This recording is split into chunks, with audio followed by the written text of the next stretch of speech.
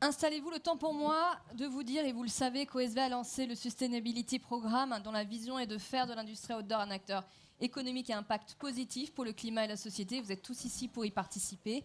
La volonté de OSV, c'est de faciliter et d'accélérer la transition écologique et sociale au sein des entreprises de la filière outdoor en France. Du coup, messieurs, on s'est dit qu'on allait profiter de vos connaissances à travers ce temps d'échange.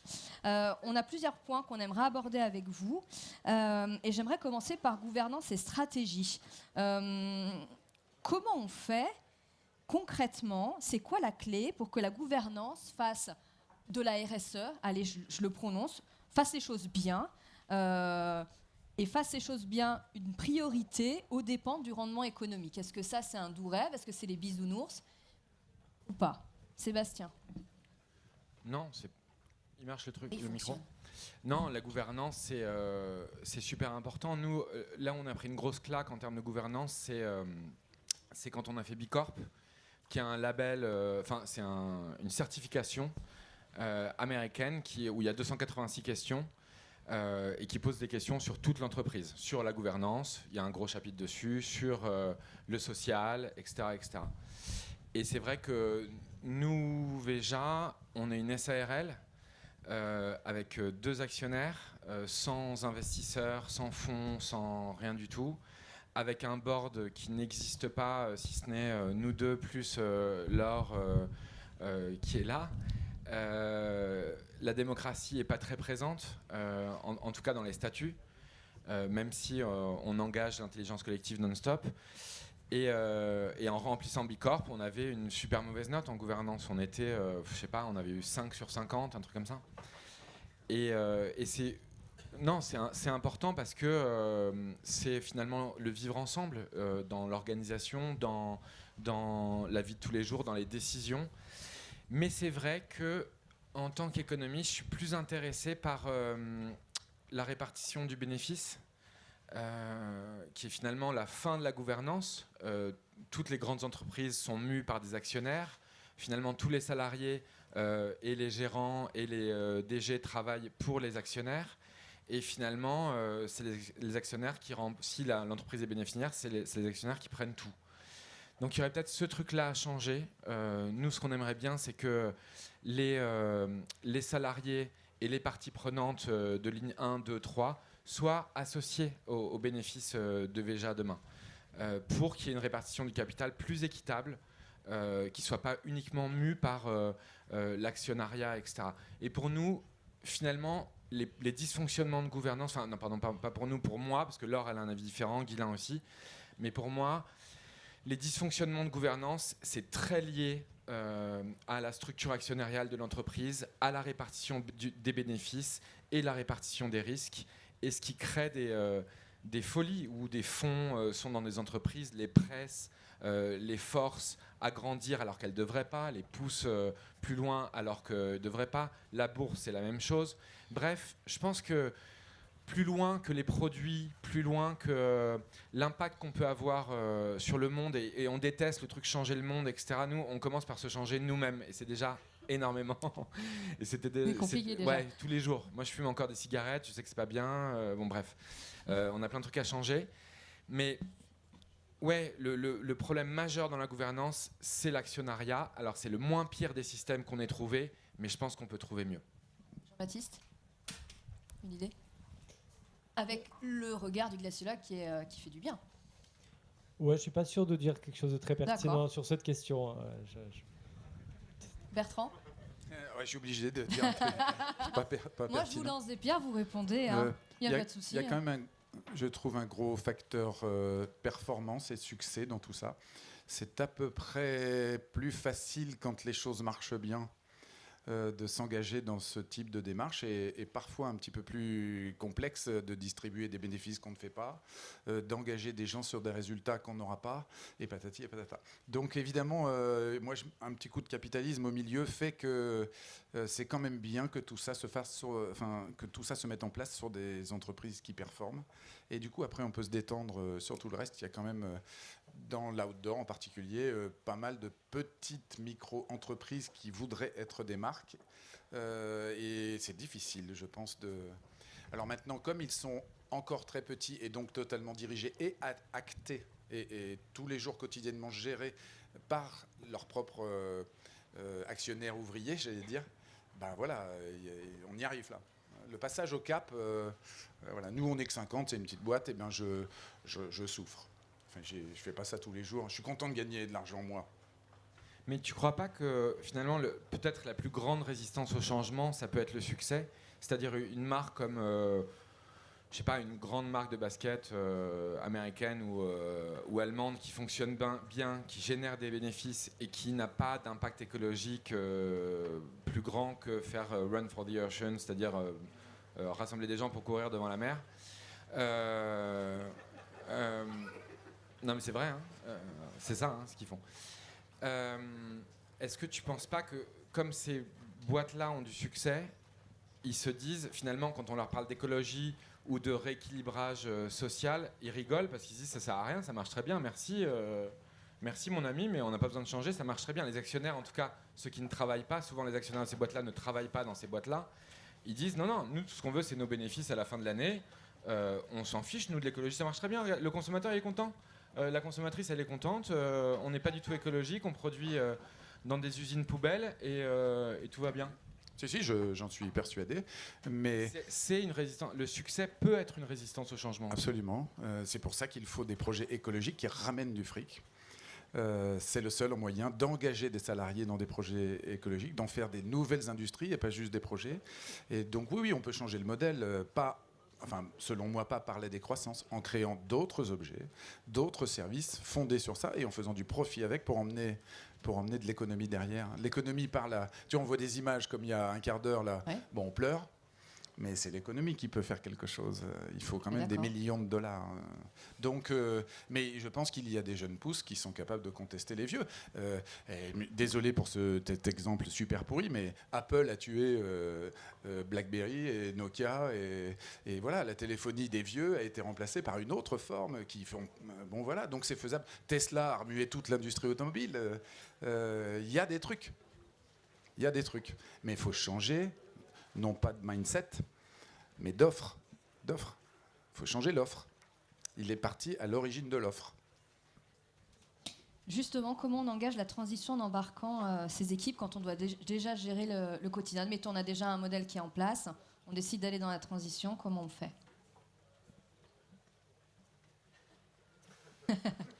Qui veut répondre? Jean-Baptiste? Non mais, je suis sûr que traduit pour toi, c'est... Comment tu motives les glaciers, tout le monde s'en fout.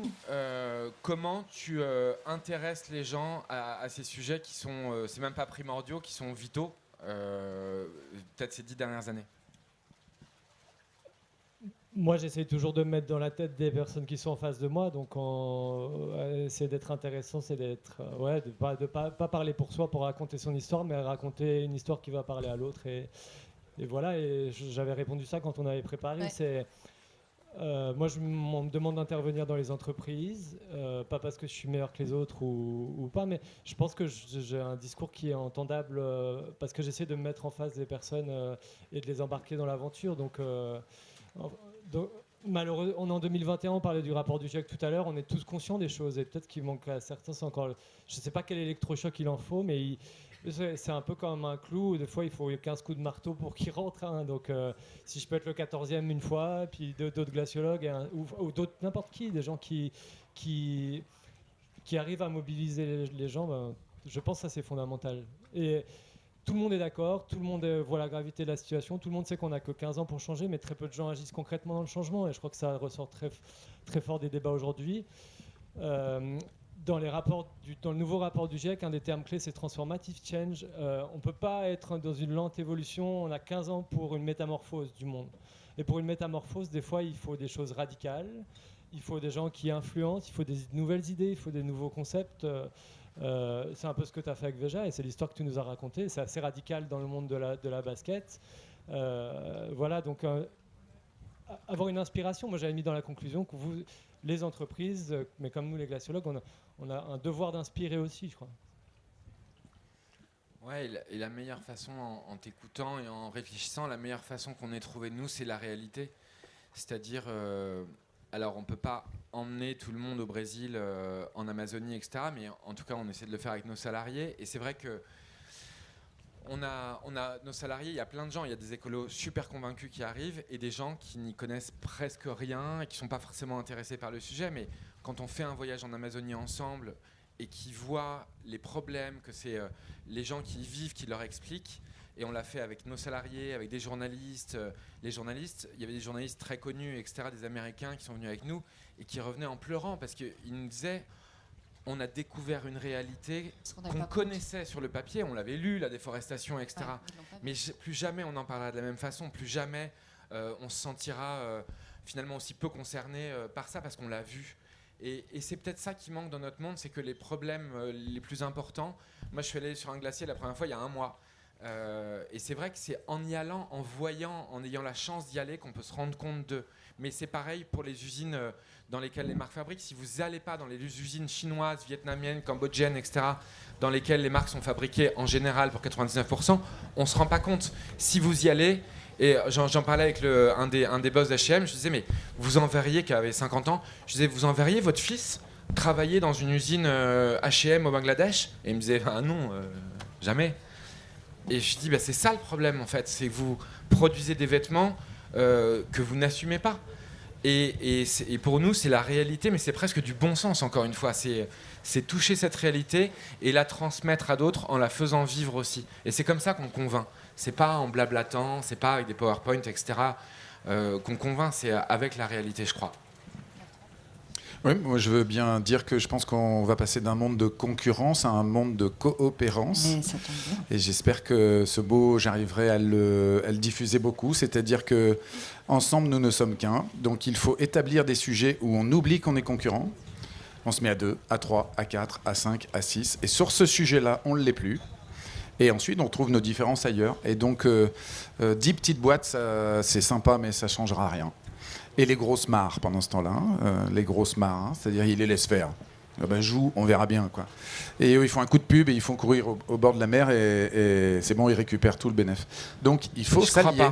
Ah ouais, peut-être pas en plus. Mais je crois pas parce que en fait, les consommatrices et les consommateurs ont vachement changé dans le sens où ils sont beaucoup plus conscients, beaucoup plus informés. Ils sont, enfin, pas ma génération. Moi, j'ai 43, mais ceux de 30 ans ou ceux de 25 ans ou ceux de 20 ans, ils sont beaucoup plus informés, ils ont un accès à l'information qui n'a rien à voir.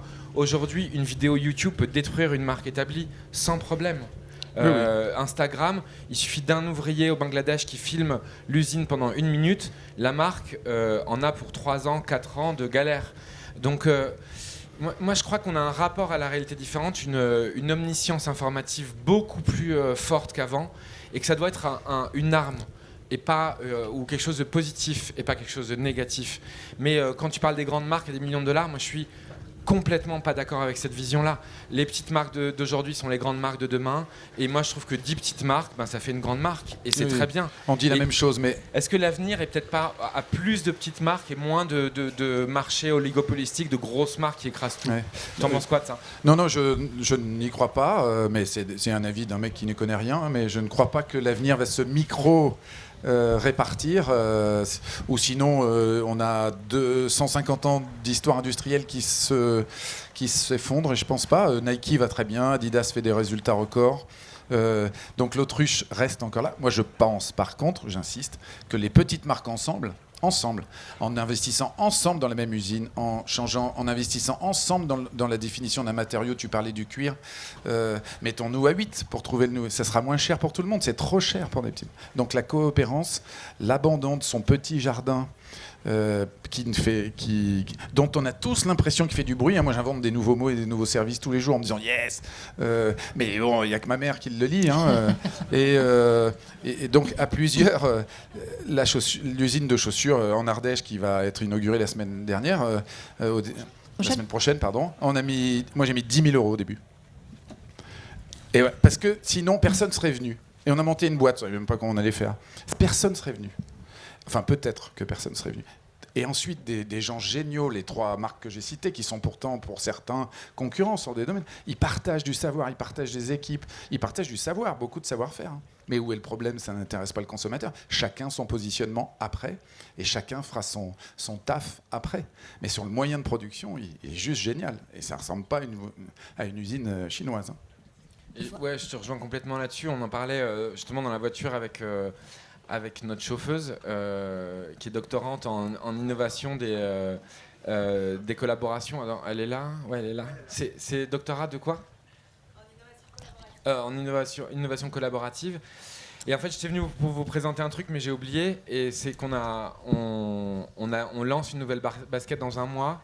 Qu'on a fait on a fait la semelle avec Vibram. Donc Vibram, c'est un fabricant de semelles techniques qui est très respecté, très respectable, mais qui produit 95% en Chine et 5% au Brésil, là où on produit tout. Et donc ça fait 3-4 ans qu'on discute avec eux pour leur dire, vous savez fabriquer les semelles, nous on sait trouver les matériaux. Et là, on lance dans un mois une basket avec Vibram, donc avec tout leur savoir extraordinaire. Ils sont 15 fois meilleurs en semelles que nous. Et nous, on leur a dit, en revanche, nous, on vous trouve les matériaux qu'on met dans la semelle. Ils ont beaucoup bossé, ils ont bossé 1 an et demi pour pouvoir mettre des matériaux écologiques dans leur semelle Vibram. Et du coup, c'est une vraie collaboration, une vraie collaboration technologique qu'on lance avec eux. Ils sont hyper contents parce que c'est la première fois qu'il y a des matériaux très écologiques dans une semelle Vibram.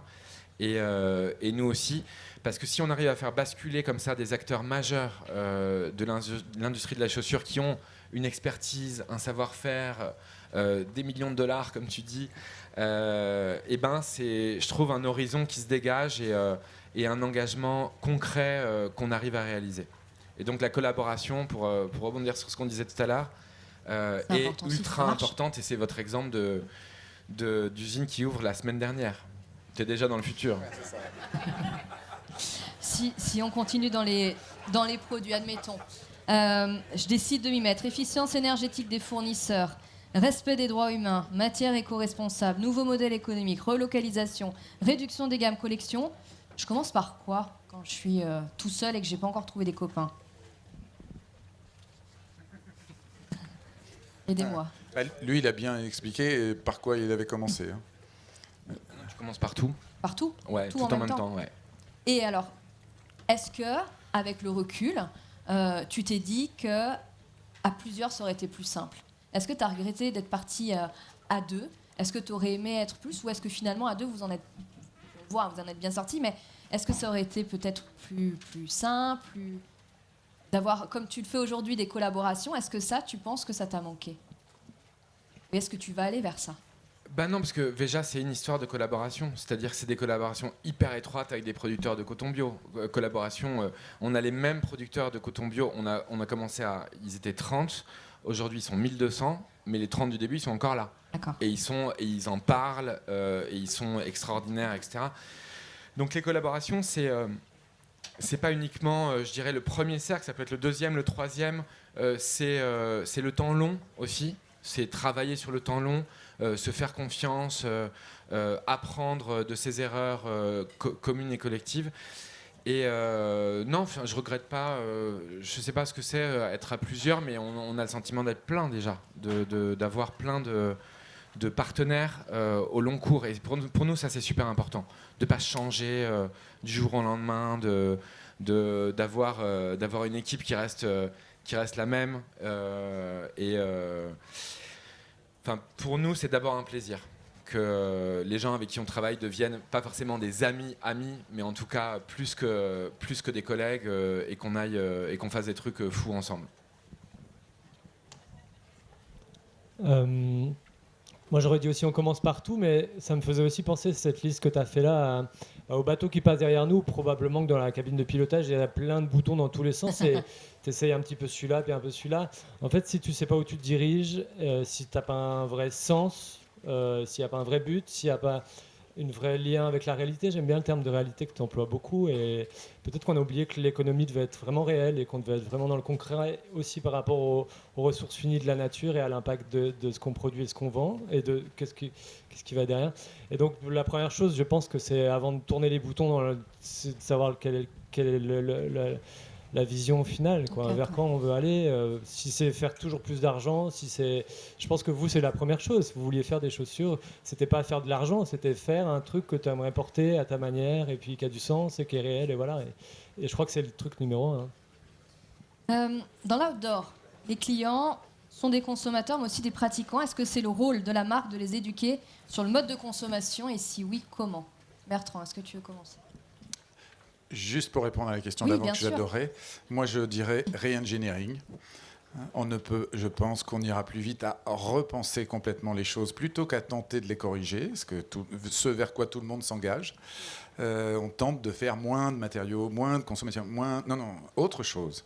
Et dans plein de métiers, le autre chose, Uber a permis à la G7 de revivre.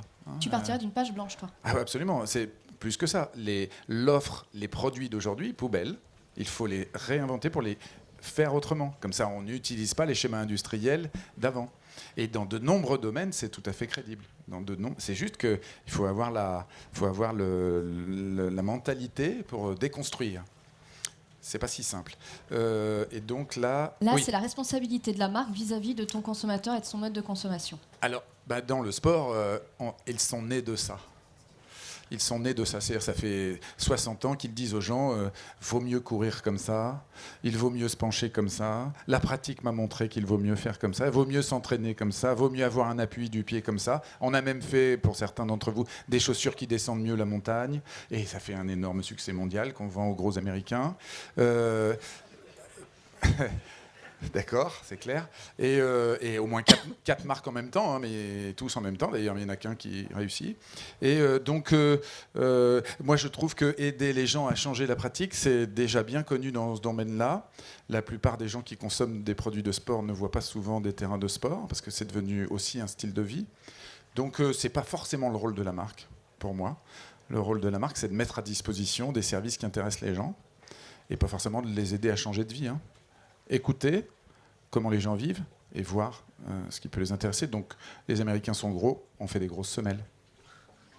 Je ne suis pas tout à fait d'accord. Avec la dernière... Non, pas que la dernière phrase. Je suis pas d'accord avec tout. Non, c'est super intéressant, mais moi j'ai une autre vision qui, je pense que, moi je suis glaciologue, j'y connais rien en économie en entreprise, donc je parle sans rien savoir. Je pense que l'entreprise a fondamentalement un rôle de responsabilité comme n'importe quel être humain. C'est un groupe d'humains qui a une responsabilité et qu'on ne peut pas produire quelque chose et le lâcher de manière irresponsable dans la nature. Je vais me faire l'avocat de la nature parce que je vais peut-être pas me faire que des amis pour finir. L'outdoor est vraiment perçu... Donc n'importe quel sport de plein air, c'est vraiment perçu comme un terrain de jeu. Il y a beaucoup de marques qui communiquent là-dessus, le terrain de jeu. La nature, c'est un lieu d'émerveillement, mais la nature, c'est avant tout un lieu de partage. Moi, je travaille pour protéger la nature. On se rend compte que n'importe quelle activité outdoor, y compris moi, ma randonnée en montagne, ma marche sur le glacier, le ski de rando que je fais en hiver, je dérange la nature, je laisse des micropolluants, je détruis ce que je viens observer et m'émerveiller en même temps que je vois. Donc, et je pense qu'il y a un immense challenge des marques de outdoor de responsabiliser, d'accompagner les pratiquants et de responsabiliser les pratiques. On ne peut pas mettre des skieurs de randonnée partout sur Terre, dans toutes les montagnes du monde où il y aura un bout de blanc, parce qu'on va détruire toute la nature et que la biodiversité, on est quand même la seule espèce sur Terre qui a généré une extinction de masse. On lance la 6e. Nous, avant c'était des volcans, des météorites, maintenant c'est l'Homo sapiens. On ne peut pas se plaindre de ça et s'en émerveiller à chaque fois qu'on voit un chameau en montagne et puis être complètement... Et je crois que les entreprises, les sportifs, tout à l'heure je parlais de Kylian Jornet, on a rigolé après, mais moi je crois fondamentalement au partenariat avec les grandes marques, enfin toutes les marques et les sportifs pour éduquer les consommateurs et notamment par rapport à la nature. Bastien. Ouais, c'est bien ce que Jean-Baptiste vient de dire parce que je suis super d'accord avec lui dans le sens où nous on est une marque de basket, je dirais de quotidienne et on a lancé des baskets de running en 2019 avec des moteurs écologiques. C'est un peu long donc je vais pas refaire le truc, mais les marques qui éduquent les consommateurs, je pense que l'époque n'est plus à ça. J'y crois pas du tout. En tout cas, nous, on rentre dans le running de façon très modeste, très à l'écoute, très humble. Pareil dans l'outdoor. On a un savoir-faire dans la production, Mais on a tout à apprendre des pratiquants, des consommatrices, des consommateurs, enfin des gens en général. Et je ne crois pas que les marques aient à éduquer qui que ce soit. Je crois qu'on est, comme je disais tout à l'heure, on a une époque où il faut d'abord essayer de se changer soi. Et si on y arrive, les autres peuvent suivre ou peuvent s'inspirer d'une petite partie de 1% et faire autre chose, etc. Le monde va super vite aujourd'hui et l'inspiration aussi. Et je crois que le truc le plus cool, c'est de faire son chemin, de faire ce en quoi on croit à fond, tout en écoutant humblement les gens autour. Mais je ne crois pas que ce soit aux marques d'éduquer qui que ce soit. Les marques, c'est des entités commerciales. Elles n'ont pas une fonction d'éducation. C'est Jean-Baptiste, il a une fonction d'éducation, parce qu'il travaille dans la nature, mais les marques, je ne crois pas. Enfin, en tout cas, je trouve que c'est des très mauvais professeurs. Je suis pas d'accord, et je pense que le pouvoir financier, de communication, d'impact entre moi et toi, il est de 1 à 1 million, je pense. Moi, je fais quelques conférences, je parle à 300 personnes dans l'année. Avec un peu de chance, j'intéresse un média national, je ne sais pas. Je pense que les marques peuvent pas... Tout à l'heure, tu disais le recyclage, c'est une dead end. On ne peut pas... En 2021 sur Terre, face aux enjeux du climat, de la biodiversité, c'est le plus grand challenge de l'histoire de l'humanité, et l'avenir de notre espèce en dépend. Je crois qu'on ne peut plus oublier une partie du cycle et oublier une partie du truc. On est en un dead end. En fait, on produit plein de trucs, on ne sait pas où ils finissent, ou on produit plein de pratiques aussi. Pardon, je disais c'est un dead end individuellement pour les marques. Il faudrait que plusieurs marques se regroupent pour pouvoir trouver la solution au recyclage. En tout cas dans les baskets. Je te parle de baskets. Mais c'est un dead end en termes de production, mais en termes aussi d'activité que vous promouvez. Pardon, vous faites la promotion. Donc vous faites la promotion. En fait, on peut pas mettre des millions de gens dehors sans dire qu'il y a un impact et sans réfléchir à l'impact. Pour moi, c'est le terme que j'utilisais tout à l'heure, c'est la responsabilité. Et là, on fait toute la boucle ensemble. Et là, vous avez besoin de nous, comme nous, on a besoin de vous, et c'est gagnant pour tout le monde. Oui. Tout à l'heure, il évoquait une forme de démocrature dans son entreprise, une SARL, 2 actionnaires. Et bon, quand même, démocrature, il y a quand même des boss. Moi, je pense que la démocrature peut nous aider dans ça. Le durable, c'est des marques, des citoyens, on les a pas mal évoqués, des ONG et du politique. Parce que quand on met la circulation à 30, ça crée des réponses obligatoires, parce que l'humain a besoin d'être un peu guidé dans sa vie. Sinon, il vote mal. Mais il ne le dit pas. Donc, le politique, il ne faut pas l'oublier, parce que quand on commence à mettre des pistes cyclables, il y a plus de vélos qui peuvent circuler, etc., etc. Et le politique a beaucoup plus de rôle à jouer dans ça, pour moi, que les marques. Maintenant, il faut s'y préparer, il faut travailler. Mais il faut qu'on se bouge pour taxer certaines importations, favoriser la réutilisation, le réemployable, etc., etc. Et le politique, pas que les marques. Écoutez, messieurs, je vais faire une conclusion assez basique, mais j'ai l'impression que tous ensemble, même là, tous les trois, vous étiez hyper complémentaires et qu'on avait un super brainstorm géant qui aurait pu vraiment aboutir à quelque chose de concret, très beau. Donc ça veut peut-être dire que tous ensemble, on arrivera peut-être à quelque chose et pas chacun dans son coin. Je ne sais pas ce que vous en pensez. Comme conclusion, on reste là-dessus. Ouais, et on se met tous au travail, non? Et puis on applaudit très fort. Ce qui serait bien, c'est... Sébastien.